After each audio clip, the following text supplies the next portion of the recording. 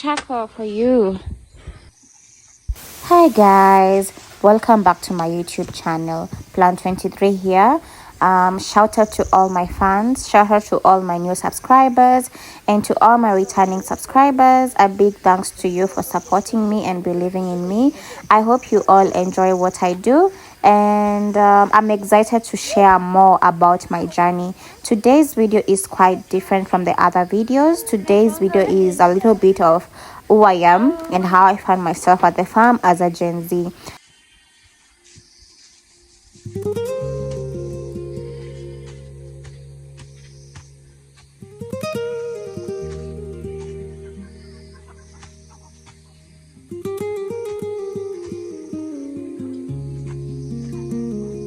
Especially in this life of today, you wanna be one of those people who grow your own food organically from your own soil. Did you know, guys, that planting your own food can be done anywhere? Doesn't mean because you don't have a land you can't plant your own organic food. Even for you guys who live in the city and you have like a small balcony or a spacious area where sunlight is passing through, all you need is a vase, some soil, and some manure, and now the seeds, and you're good to go. I used to think that living in the village means low life, no money, loneliness, boredom, poverty, backwardness, and the list goes on and on.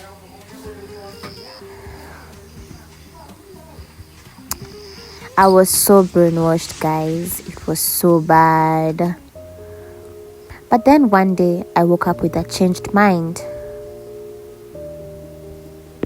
I asked myself, what if?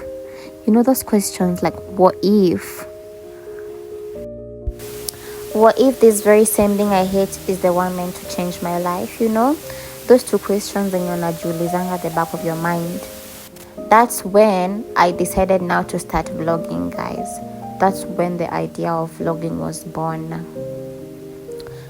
To showcase to people out there and myself that there is more to farm life than what you've had. Yeah, there is more to farm life. You know, why struggle in the city if you have access to your family land? Those were the questions. Long story short, that's when my journey for farming began. So most of you are asking, how comes you guys have a lot of rabbit production at your farm? And so I thought it's best if I answer it here. So we keep our rabbits mainly, number one, meat production. Number two, rabbit urine has a lot of benefits. That is, it acts like an organic fertilizer, it's a natural pesticide, and it acts like a compost activator, which speeds up compost decomposition and so on. You can always do more research about these things, guys, because I may not be able to fully tell you everything, but more research helps you know more about these things. But I'm happy that now one or two are gonna now get to understand the reason as to why we keep rabbits here.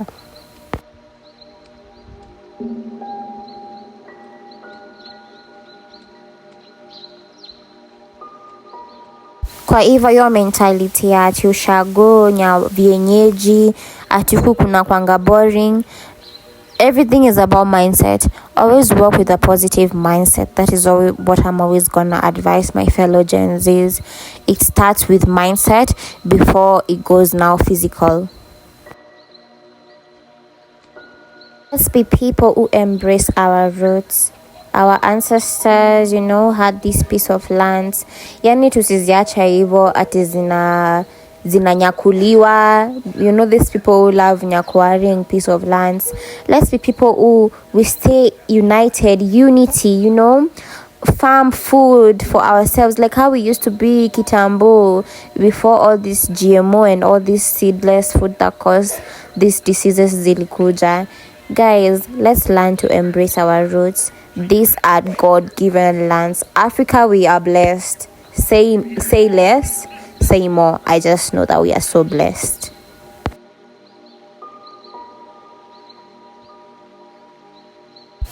I know some of you are wondering, what are we doing on this specific part of the video.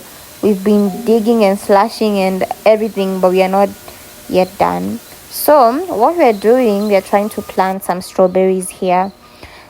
You're gonna see the technique that we're gonna be using to plant them.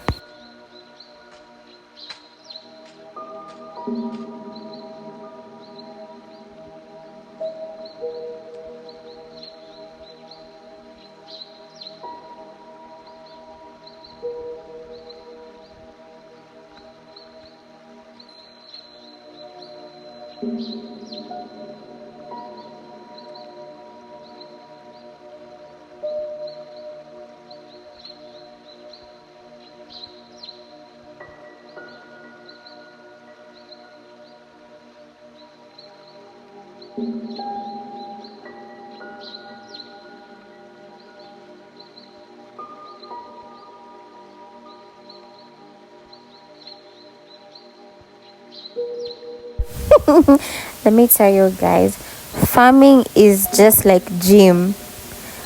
We were hoofing and poofing, but the work must be done. So my mom here was trying to show me how to dig, and myself, I was not buying it because I was like, I'm tired. But at the end of the day, we have to do this, guys. Let me tell you. Even the Bible says you must work in order to eat. So I guess there is no choice. But this thing, staying at the farm, is just like keeping fit at the gym.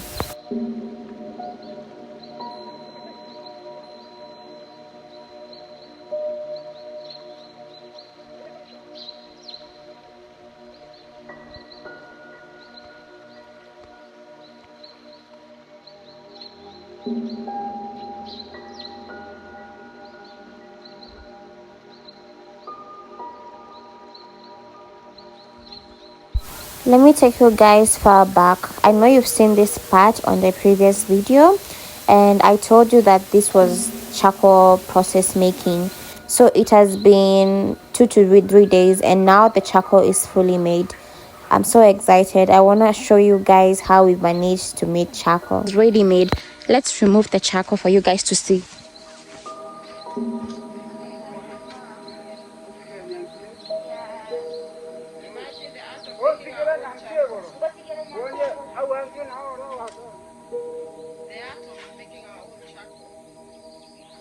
How nice. That's why the countryside is always the paradise. The real paradise is in the countryside. You got food from the garden. You got the mountain. Oh, come to the mountain today. Let me do a little bit of explaining so that you can understand what is happening here, guys. So the process of making this charcoal, we have dry grass attached on the inside and then soil on the uppermost. So our farm manager told me that I have to remove all the upper soil until I'm left with the dry grass on the inside. Then underneath the dry grass is now where we have the burnt charcoal. Stay tuned, watch until the end and see the magic. We all help here. Put your hands down. In between, because farming is complicated. Farming is hard. You all can come together. Farming. That's right. It's in the house. It's in the phone.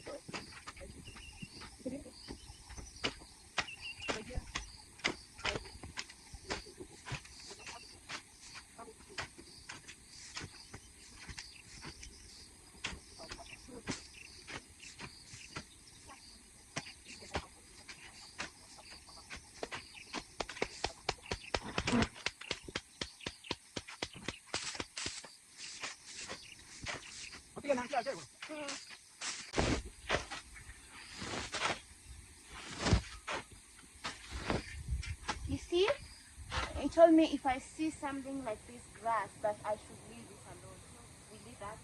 We continue scooping the soil out.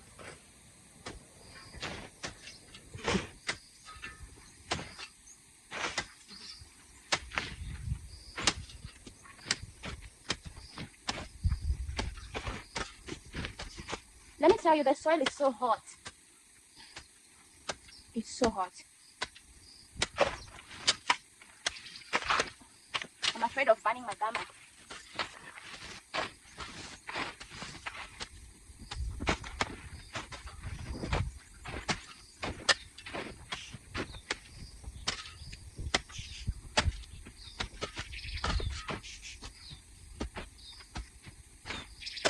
Can you see the remnants of charcoal? Let me show you. Let me show you this wonders of our farm. Starting to see charcoal.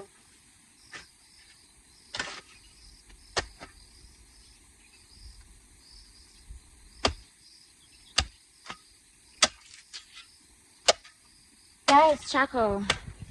Charcoal for you. I promise you're gonna see charcoal. See charcoal. And we are not done yet. We're gonna be removing the big chunks of charcoal. This is just a warning to show you that we were not joking. See charcoal. Let's continue removing the soil.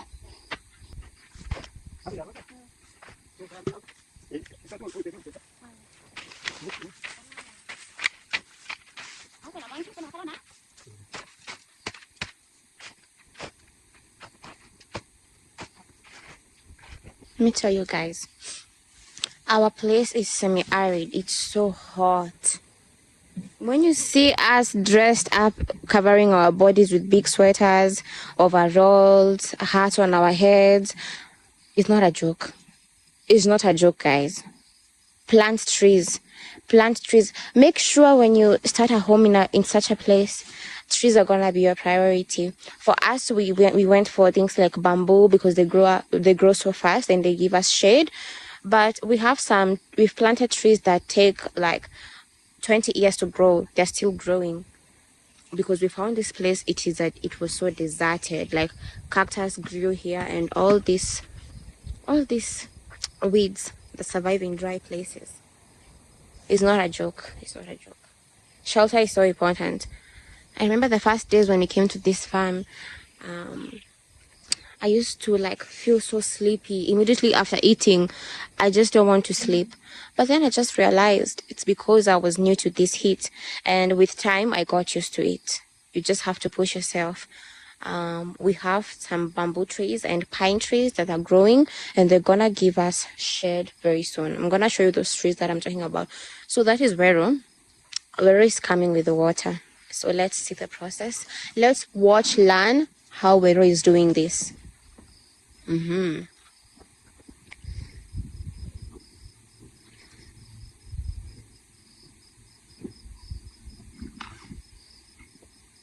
Ooh.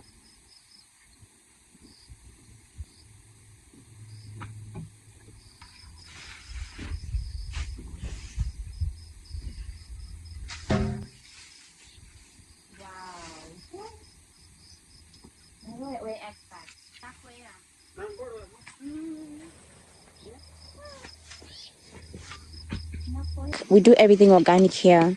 Even producing this charcoal, we are doing it organically, producing it ourselves by ourselves with our own mulching grass, with our own soil, just everything by ourselves. See the charcoal, guys? Wow. Wow, just wow. Wow. Guys, can you see the smoke? Guys, look at the smoke. Look at the smoke. This is amazing. Yeah. The smoke turned into So fire. guys, we are in the art of making our own charcoal. So our farm manager is very experienced in doing this. Actually, okay, sour. So he says that part is going to continue because you can see there's still fire. Yeah. So guys, so he says that. So my farm manager says that side of the charcoal, because the leaves are still burning, is going to continue burning and burning the charcoal. So this is the first time actually experiencing charcoal being made, and it's being made here right at our farm. And This is very interesting actually, guys. You can see he's adding more of the cut grass and then he puts soil on top.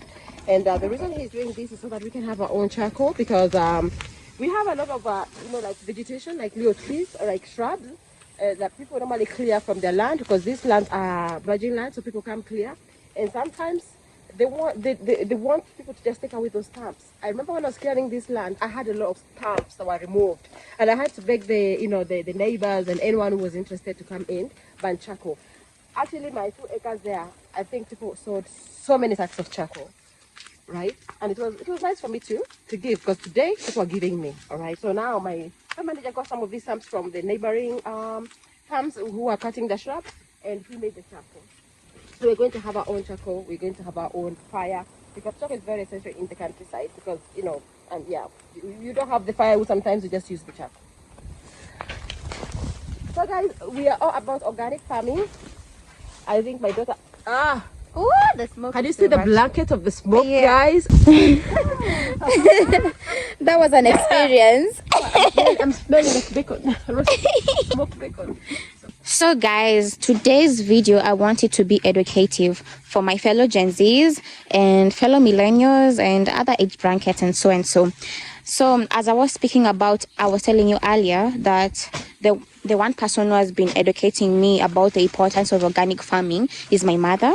And today we have her here. She changed my mind. I used to be a believer of planting with chemicals, like using pesticides and insecticides to kill so and so. But then after sitting down with her, and she helped me understand that these things that we do actually, we burn our soil, and that's not even the way that God would intend us to do farming. So ma'am, hi, come. I would like you to explain to my fans, to my viewers, the importance of organic farming, because I think for you have a general knowledge about it.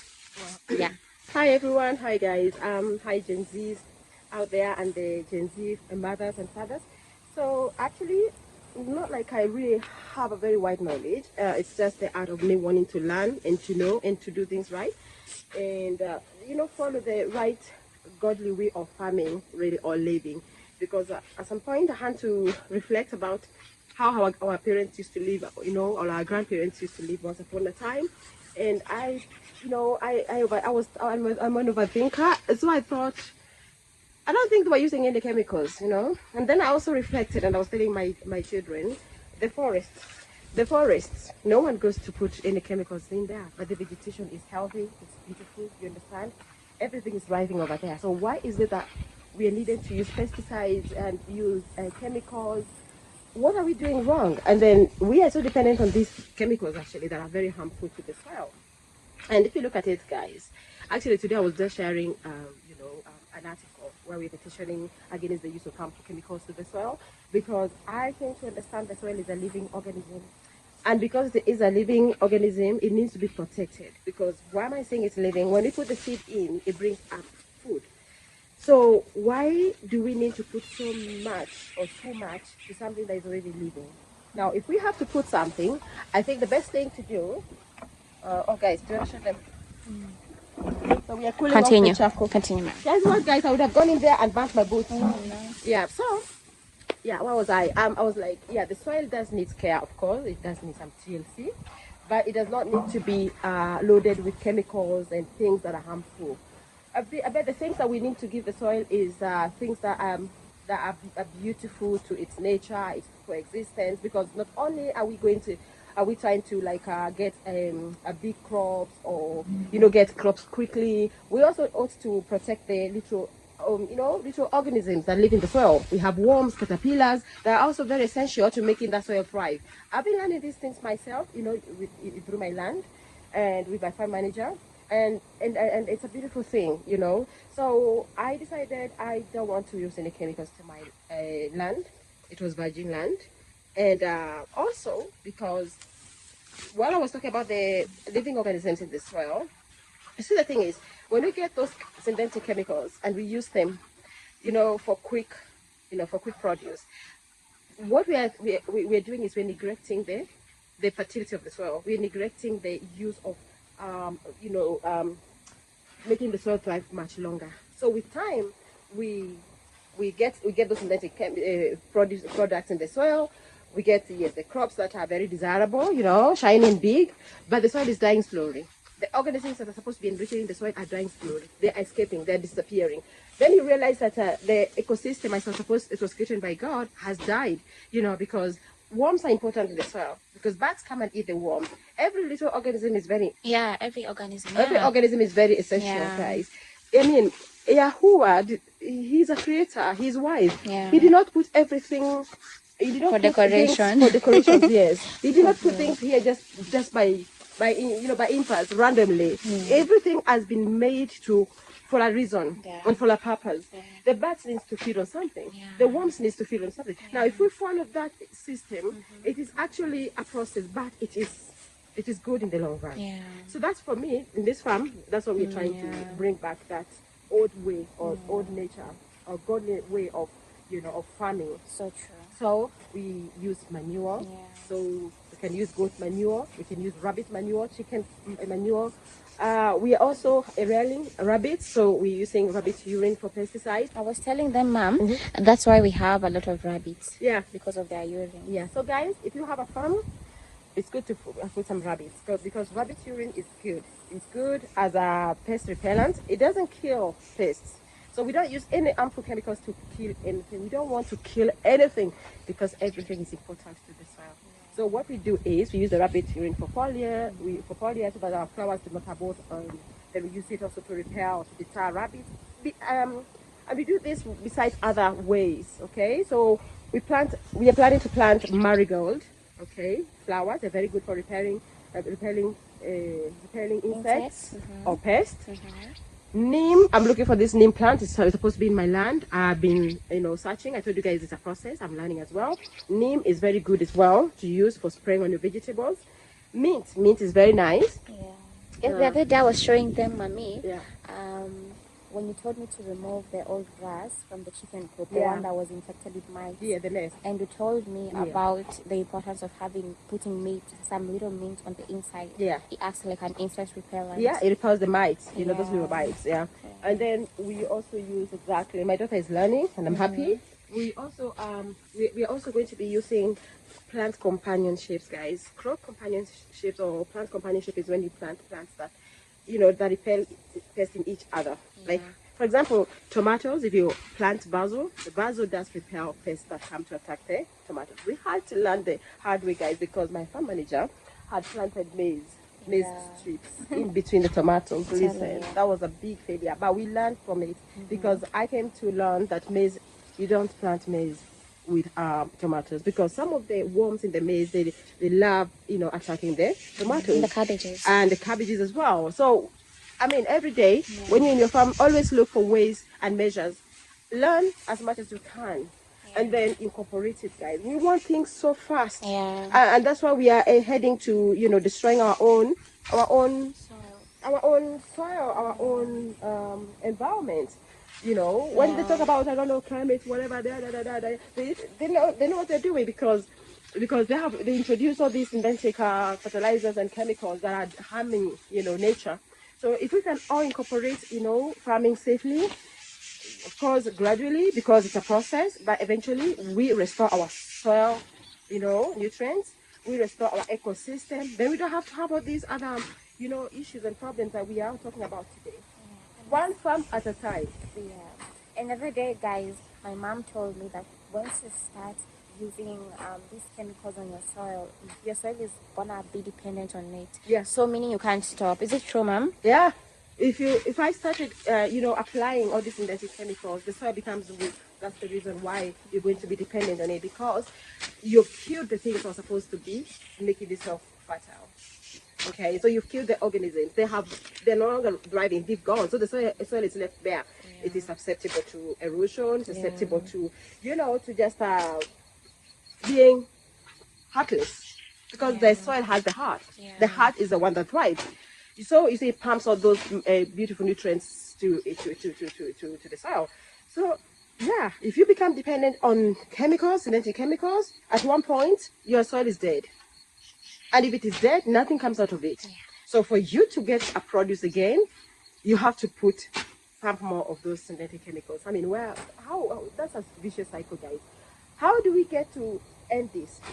Is we make a decision. We be intentional about farming the right way, farming God way, using godly blankets like mulching. You know, guys, if you have noticed, my land is kind of a little bit. You can show them the grass. I have so much tall grass, guys. But let me tell you, I've been away from the farm, but I tell you something. You see all this grass, all this tall grass? We are cutting it and we are going to be using it for mulching. Because when you do mulching, you protect the top layer of the soil, because the top layer of the soil is the most important. It is where all the nutrients are packed. So when you mulch, you protect it, you cover it from the harsh weather, from the hot sun, and you also protect the moisture. I don't know. My daughter is going to show you some place where we have done the mulching on the nursery bed. I'm gonna show them again. I showed them on the other video, but I want to show them again. Yeah. Are these don melons? No. This one's a wild. Guys, I was thinking these are eatable don melons. They're edible, not They're eatable. edible don No, melons. they aren't. So they're poisonous? Yeah, these are just Okay. So this is what Mom was talking about. yes. So guys, you can see we did a nursery bed for a Swiss chard, which we like to call spinach. So guys, remember in the beginning of the video where you saw I and my mom work so hard? I know, you can't believe that this is how it turned out. After a long day of digging, that place was not smooth. It was quite rough because it needed some digging. We managed to transplant the strawberries from the main shamba to this spot. I do not know what this process is called, but what I know is that I've learned from the best. This is my mom's idea and I think I love it. Now the strawberries are gonna be here tucked in so well, and within a few months I'm gonna show you when they start producing their own strawberries. And as for this side, guys, I know you've seen me posting videos of this hole. At first I posted it when it had the black cover, then we later removed it because later we put in water and we realized after a few days the thing collapsed. So we had to strategize again, plan B, and rethink on how we're going to do this. So that is our farm manager. As you can see him at the far end there is digging, rebuilding it again. And this time it's gonna be better, bigger and better, trust me. To elaborate more further, the use of this thing is gonna be like a water conservation for our farm, because most days in our farm we wake up and we find no water. And since we are into planting, you cannot start planting and you have some days where you don't have water. So this thing we are building as a plan B, as a strategy, because at the moment we can't find ourselves constructing a borehole or a well. But later in the future, God blesses us, we're gonna do that.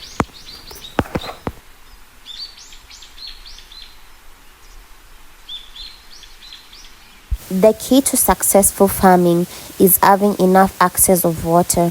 Otherwise, everything is gonna be distorted and you're gonna be frustrated. So first thing first, water needs to be enough.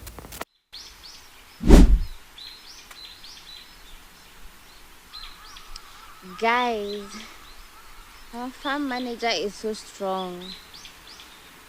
We don't actually, me and my mom, even my brother, we don't understand where.